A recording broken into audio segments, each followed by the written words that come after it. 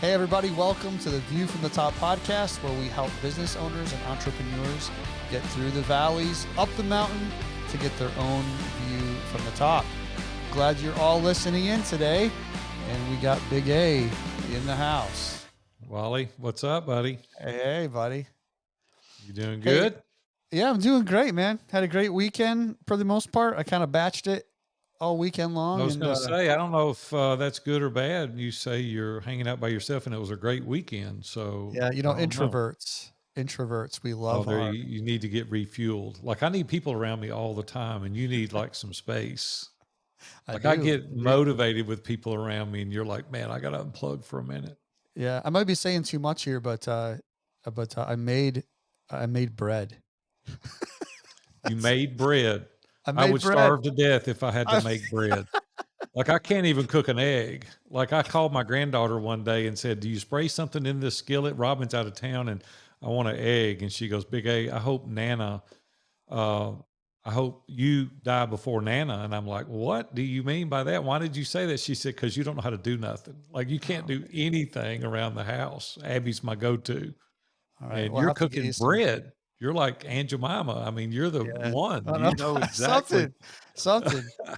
Sourdough starter and the whole thing, man. My daughter got me onto it, so it's kind of pretty fun. serious. Hey, I had this experience.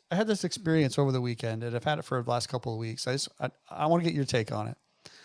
So the question is, who exactly are we supposed to tip these days? And so the reason I say that is because it was interesting coming through COVID, that I think we all were hyper aware that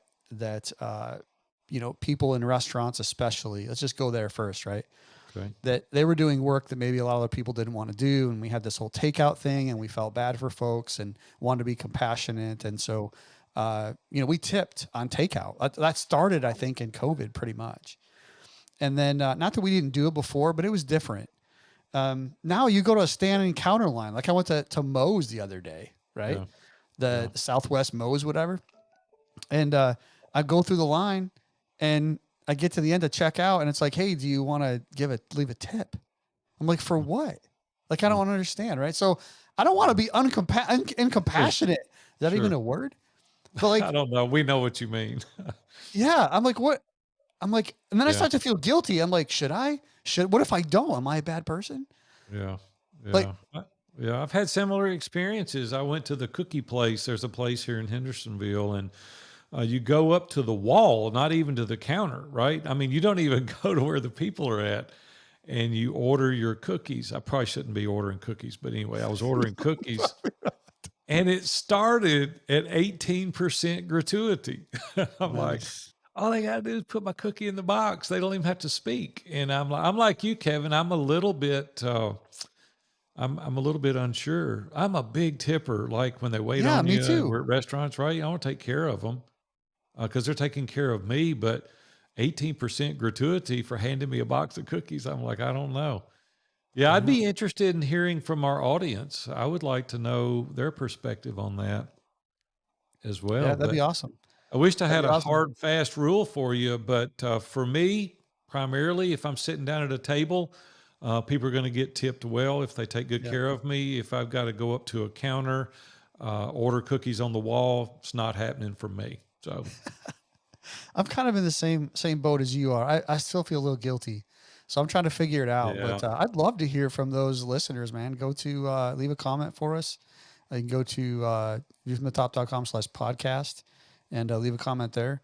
Hey, we're going to get our guest, Matt Miller, in today. But before we do, I just want to remind everybody that's listening today, please subscribe.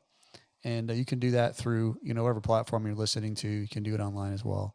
And we'd love to have you guys subscribe so we can let you know when these episodes come out every week.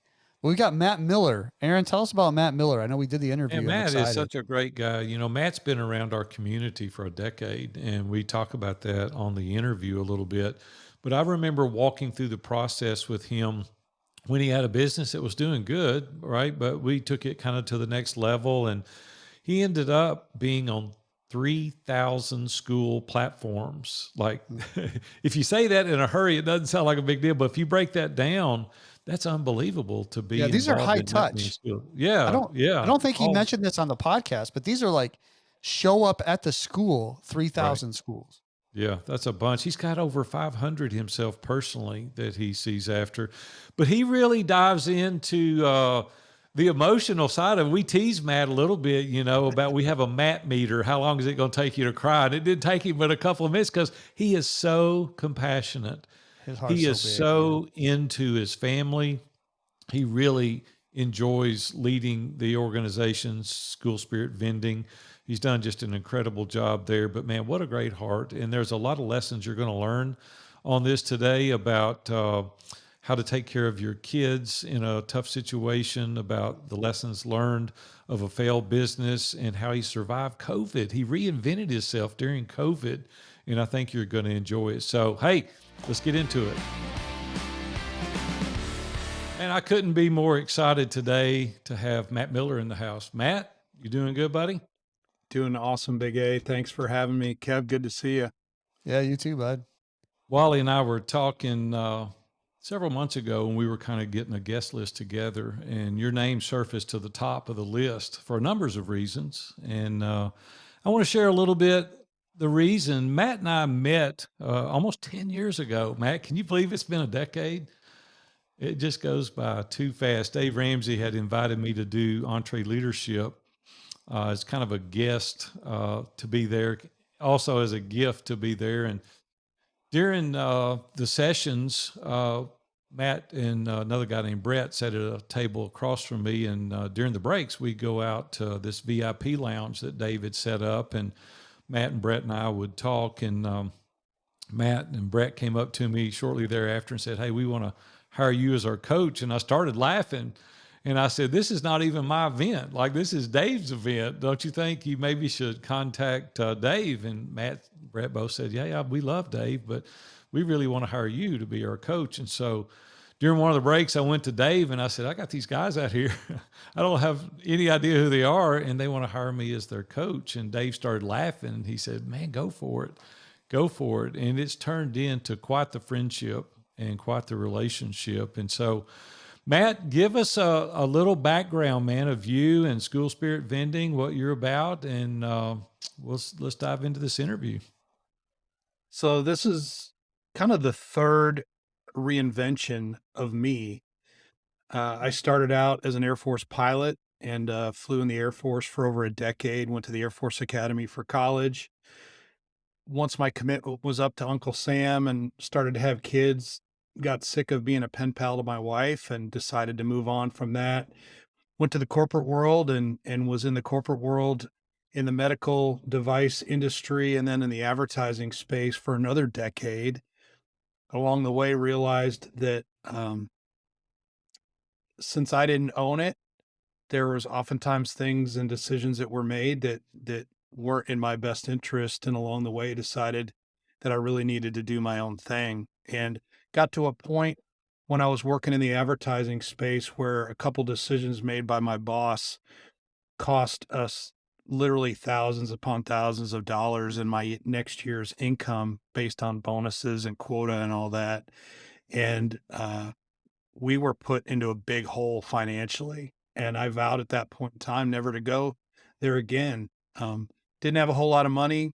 We were in a lot of debt, but had a couple of good friends from church talk about how they had bought some gumball machines and had their young daughters, and they were putting them out in local area businesses, and it was something they could do together as a family and make some money, and it was business, et cetera. And I got to thinking about that, and I'm like, okay, I need to keep my career, but I need to find a way to make money outside of that career.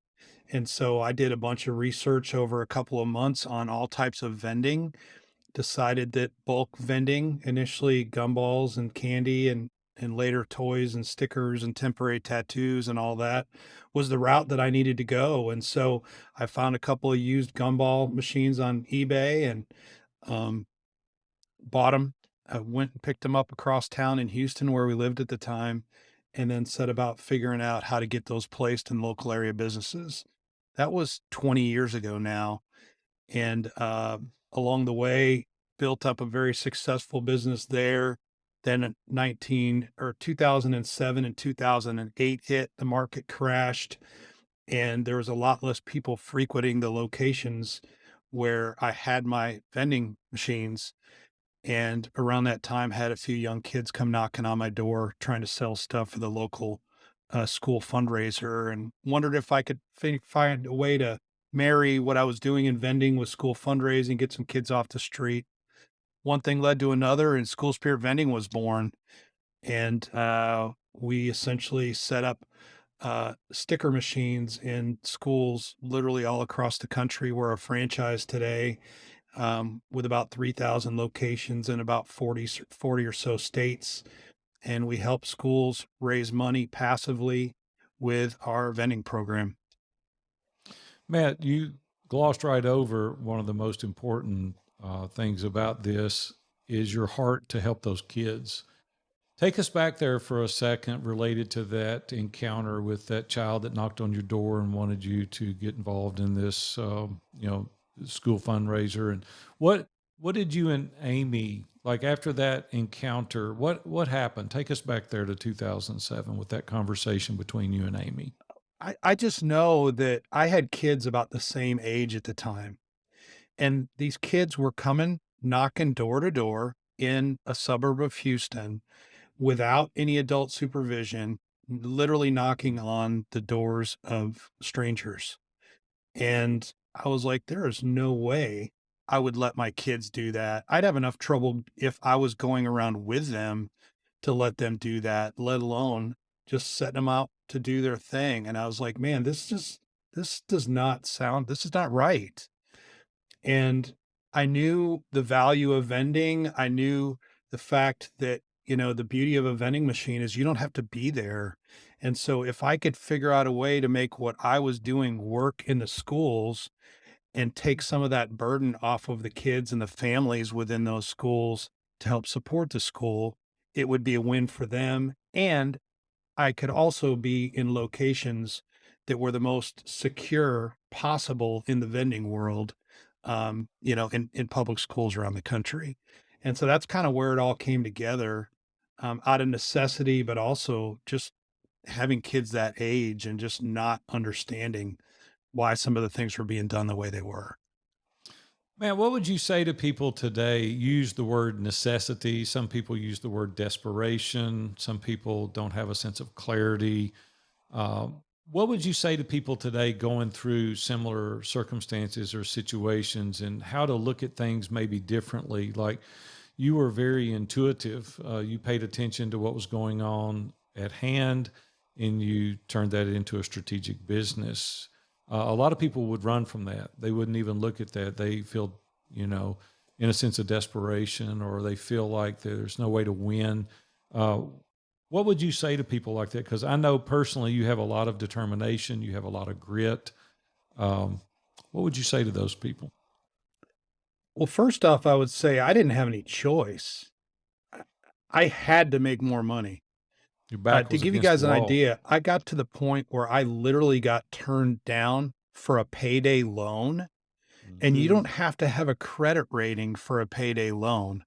But I had had 3 overdraft charges on my checking account the month prior, and so that disqualified me from borrowing a few $100 to pay some bills. So I had no choice. At the time, we were literally collecting aluminum cans, my kids and I, and taking them and exchanging them for money. That's kinda where we were. I look back on all that now, Big A, and I know God had a purpose for that. And, I've learned over the years that growth doesn't occur on the mountaintop, it occurs in the valleys. And we're not willing to learn when we've made it. But when we're in the stuff, that's where learning occurs. And looking back on all that now, um, I know that he had a purpose and he had things for me to learn along the way so that I could be a witness, so I could be an example, so I could share wisdom through experience that nobody else could in the lives of those around me. And in the process, that value has been reflected in, the teammates and the franchisees that have come along the way. I've been able to help them take away excuses that they might have, not because I'm preaching to them, but because I've been there. and can relate to where they're at. What do you think that did to yours and Amy's relationship? Did it drive you apart? Did it make you closer? How has it affected your relationship long term? I made a lot of really dumb decisions and mistakes along the way, as we all have. And I'm grateful to have an extremely forgiving wife and a trusting wife. And for all those bad decisions I've made over the last number of years, especially, I've made a lot of really, really good ones. And I've built on those. And whereas for a while there, I didn't have her trust because of the muck and the mire that we were in, today I do. And we work closer together than we ever have, because we've been through the stuff, we've weathered the storm, um, and we're closer from it. We've been better Mm. parents from it. We've better prepared our kids for life on their own from the struggles that we've had and the willingness to share and be open about those struggles with them. Um, I couldn't have envisioned that it would have happened this way, but I'm grateful that it has because of all the serendipities that we've seen come out of it. I think back, Matt, to those you're talking about collecting cans with your kids, and I I've never had to do that with my own children, but going back to my early like days of growing up, we would go, it's fall right now. So here in Tennessee, it doesn't feel like fall too much compared to like New York where I grew up. But it was apple season and we used to go and we would literally go to orchards and just pick apples and then take them to the cider mill. And we would sell like cider for like a buck 25 a gallon, like to, church friends and on the side of the road and people that my parents worked with. And that that showed me like a tremendous amount of humility and grit and determination. So we can look at those moments, right? They're valley moments, but at the same time, like it's that climb on the other side. Like we get to the valley you mentioned, but it's not. I don't know if it's character that we learn in the valley. I think it's the climb back up the mountain, right? I think that's what you're referring to. Yeah, for sure. Um, it wasn't the way I hoped it would be. It wasn't the way I envisioned it Yeah, but let's look in at so that, many Matt. I ways. mean, look at the person you are today as a result of Mm. that. I mean, the level of determination you have now. Do you think you parented different as a result of that? And what are some of the tools that you've given to your children to fend for themselves? Talk about that a little bit. As a result of you going through this, you probably were a much better parent. I would like to think so. I mean, just to give you guys an idea, we were on top of the world 6, 7, 8 years ago. I mean, Aaron, you were there. You were a part of it all initially as my coach, and then, being part of the first mastermind group that I'm still a part of today. We had told our kids, listen, we're going to take care of your school. And it looked like we were gonna be able to do that. My son Zane was 3 years, yeah, through college, had 1 to go. My daughter Sarah had 2 years in and had 2 more to go.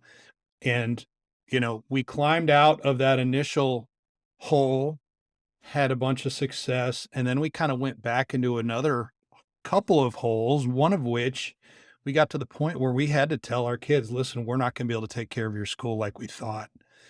That was actually one of the biggest blessings that could have ever happened to our kids because they had gotten complacent a little bit because mom and dad were taking care of it all, a little bit spoiled, and rightly so. And in the process, some of the things that other kids around them were doing to get scholarships or some of that, our kids just didn't feel as compelled or the need to do so. Well, all of a sudden we couldn't pay for it, and they got really, really creative real quickly to a good point.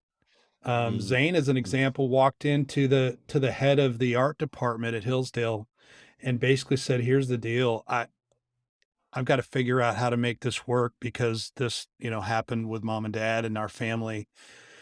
And 15 minutes later, she found the money to give him a scholarship to finish. Hmm. He would have never had to have that conversation if it Right. hadn't been for that. My daughter, Sarah, she was going to school at Liberty University in Lynchburg, Virginia. She had to come home for a year after starting to date her now husband. And so they had to be at a distance for a year. She worked 3 jobs, 70 hours a week for an entire year to save up the money to go back. Mm. Do I wish that hadn't happened, as a parent? In a way, yes. But she also learned a lot from that and is better for it today, um, because of Mm. it. I And bet she so really values that education at a much higher level today than she did the year prior. correct, correct. We never know what God really has in store. We never really know what he sees in us that we need to learn or what have you.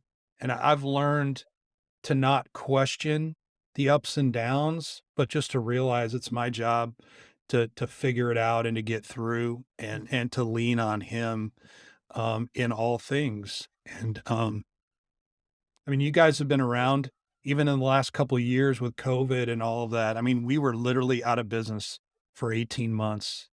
Hmm. And there were some times where on the mastermind call, it was all about Matt and just you guys trying to pump me up, right? Because I mean, I never felt so helpless, Mm. but by having a group of guys around like the two of you and the other guys in the group now, many of which I've been with for 8+ years, um, I was able to weather that. And today, the success that we're having absolutely blows my mind.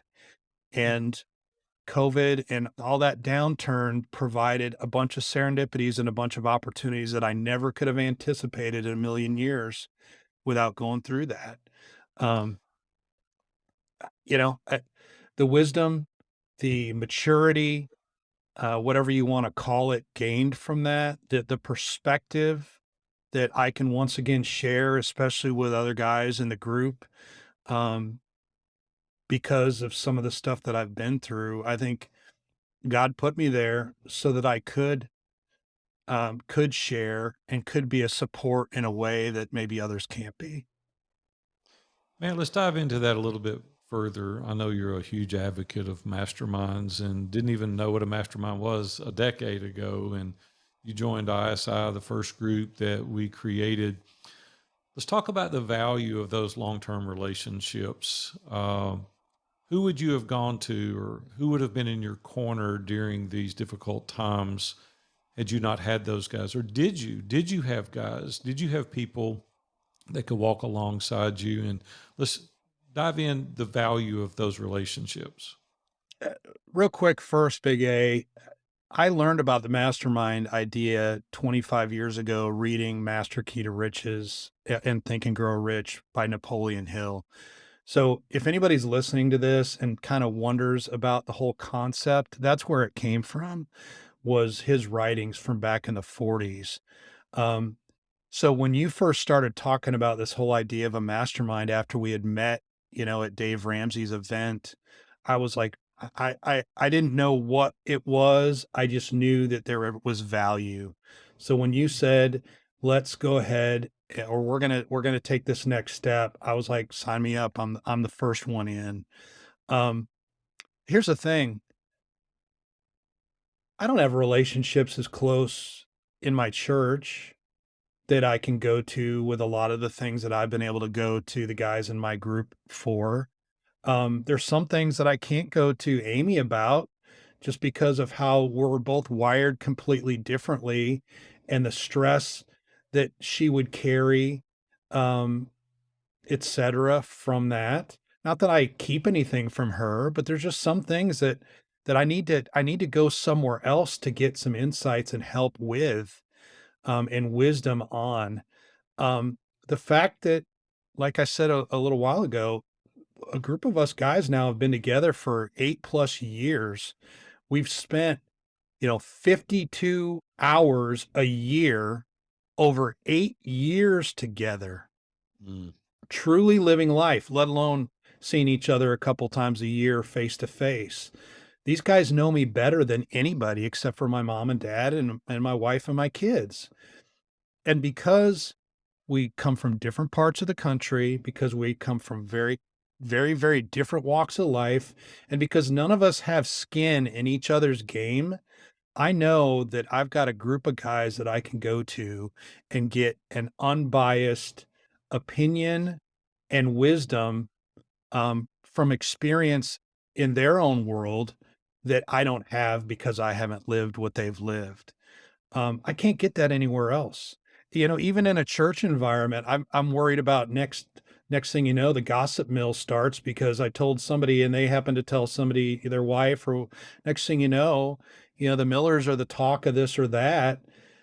That doesn't happen here because we're all living our own lives, coming together for an hour every week in support of one another with all that time together, that commitment, that trust, and that experience that gets brought to bear each and every week as we meet and as we all go through what we go through just living life.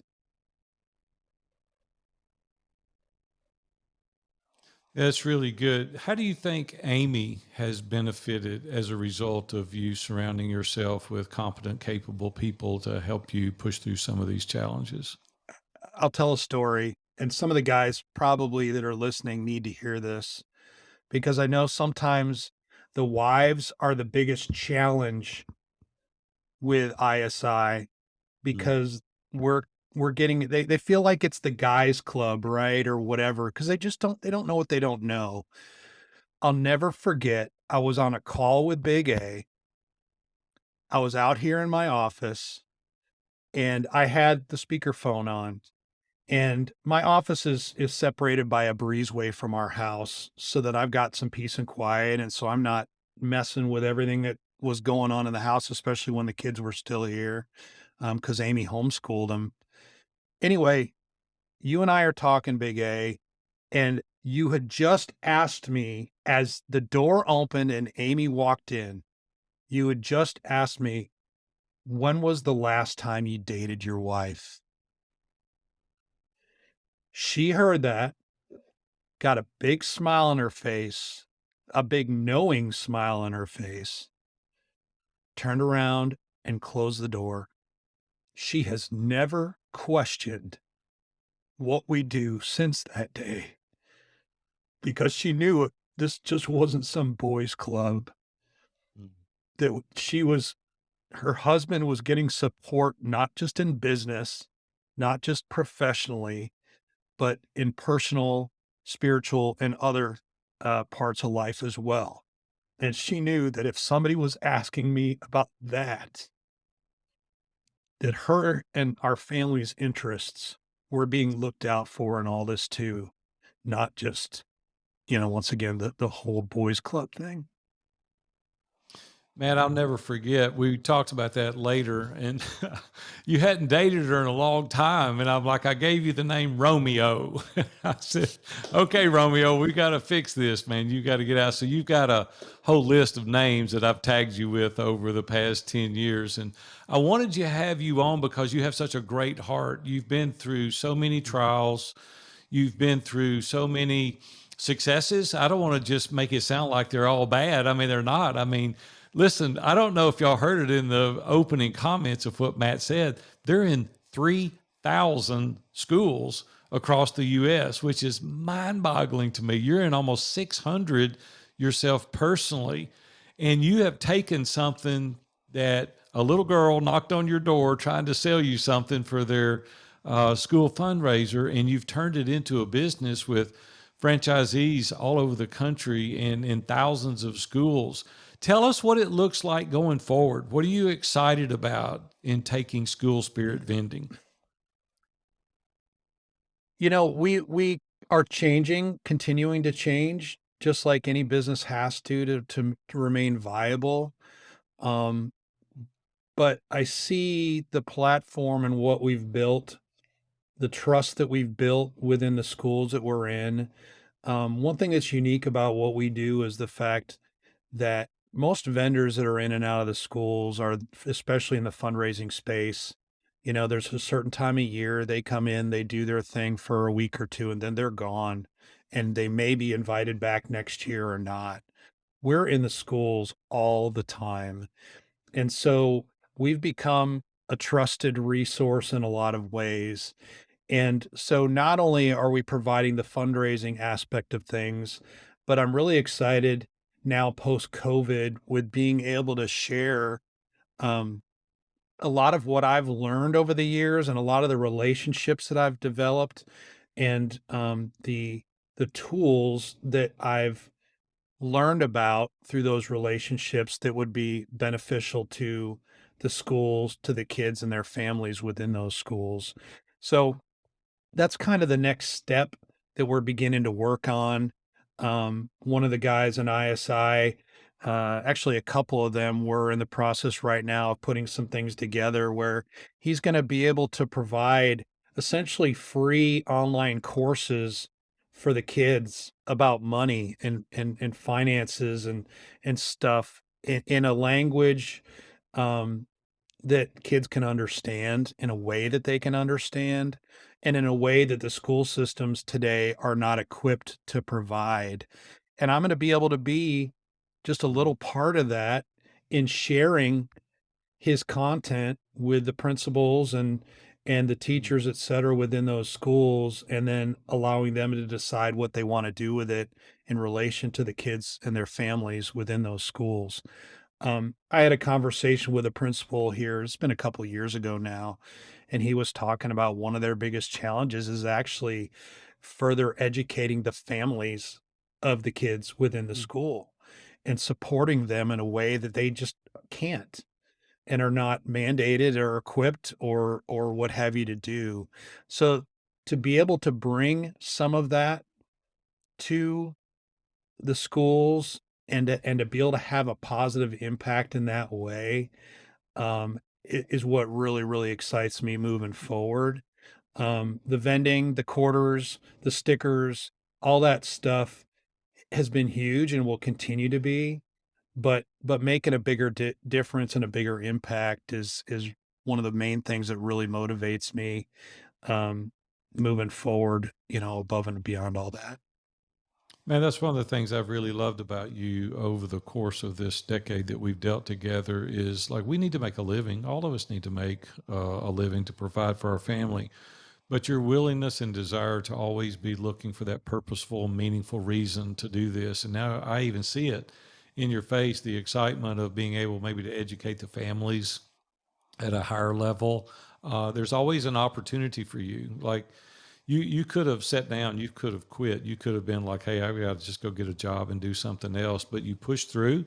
You listened to the guys that were around you. They supported you. They encouraged you. They kicked your tail occasionally too. I was involved in some of those meetings. You needed it kicked a little bit, but it's like you allowed other people to loan you their courage when you didn't have any.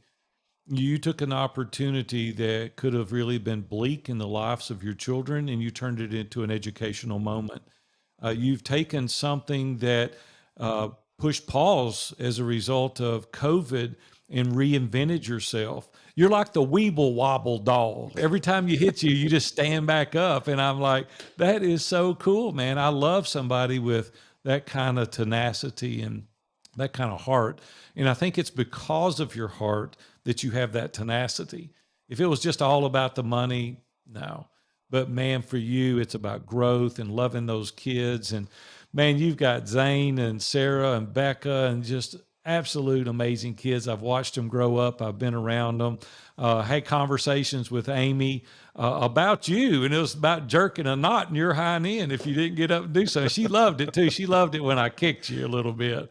But man, it just made you such a better husband and a better dad and a better businessman. And I'm just excited to be your friend. I'm excited that you were willing to come on and share a little bit. It's motivated me. I'm like, some of these stories I have forgotten. And now that you've brought them back up, I'm just so excited. If people are interested in School Spirit Vending, they're interested in connecting with you, knowing more about you and reaching out, what's the best way for them to get in contact with you? They can just go to schoolspiritvending.com, Big A. Would love to chat, help out any way I can. we're not franchising currently. Our focus is on other things, but um, man, would love to share any insights that I can. I had a guy who was a janitor or a custodian at one of the schools that I was in down in the Houston area a couple weeks ago come up to me, and he's asking all these questions and this and that. He's like, I was thinking about doing some vending, this and that. And I gave him my card. I said, hey, give me a call. I'll share with you everything I know. He hasn't called. Hopefully he does. But if not, That's very generous. he had the opportunity, if he chose to take it. There's too much opportunity out there for everybody. There's plenty to go around, and I just love sharing and helping out any way I Good. can, as far as that's concerned. Hey, I want to share a story as we end today about Matt. I probably learned a lot from an interaction with him at a local pizza shop. So Matt and I first met, and Matt said, "Hey, I've got some guys I want you to meet, and I want to invite them to our lunch." And I said, "Sure, I'll meet you in Franklin at this pizza place. Let's hang out and have a good time." So Matt brings guests in. Robin and I were on vacation. We fly back in, and we're in this horrible storm. We had just come off vacation, and we started to land in Nashville, and it was called a microburst. And it's where this terrible downdraft hits the airplane. It can drive them into the ground. A lot of people have been killed as a result of being on it. And the lights went out at the Nashville airport when we were landing. And it was probably one of the most scary episodes I'd ever been in, ever in my entire life. We're on this plane, and this pilot aborts the landing, and we go straight up in this big jet, and I'm like freaking out. And he comes on and he tells us what happened. And so I'm shaking like a leaf, and we finally get the plane landed. And Robin and I go home, go to bed, get up the next morning.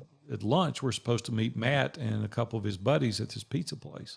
So we get there, and you know me, I'm always talking. I got too much to say all the time. And so I'm talking, we're introducing ourselves. And so I tell the story, and I'm going through the whole thing. I'm like, this was so dangerous. Like, it's called a microburst. And I said it real slow so they could understand it, And so I told them that it hit this airplane or almost. And, they listened intently, and they were asking questions about it, because I was introducing myself first in this gathering. So it gets to this guy's turn. His name's James Schaefer, and he's in the group. He introduced, never met him, didn't have a clue who he was or what he did. He introduces himself. Well, it turns out he's an F-16 fighter pilot. He's the #1 Sims instructor for the Air Force. For like 20 years, he teaches people to fly jets. And I look at him and I start laughing. I said, "You let me tell that whole story and embarrass myself?" And he said, "Well, you had most of it right, but not all of it." And so I went home and I wrote a blog on it. I said, always let your guest speak first. Never introduce yourself first. Matt, you're my hero, buddy. Thank you. I love you and I appreciate you. So glad you're a part of my life. I've enjoyed our time together. And I just want to thank you for being on View from the Top today. Thanks, man. God bless you guys. Well, I hope you enjoyed the show today. Man, Matt Miller is such a great guy. He's got such a great heart. And you can tell from the interview, the guy loves kids. He loves his family. He was able to really take difficult situations and reinvent himself. And I hope you learned something from this episode today. I hope that you go out, take what Matt has taught us, and create your own View from the Top. If you're interested in learning more about who we are, you can track us down by visiting viewfromthetop.com. You can email us at pod, that's POD, at viewfromthetop.com, or DM us, look it up on LinkedIn or Facebook. Happy to connect with you there. We'll see you all next week.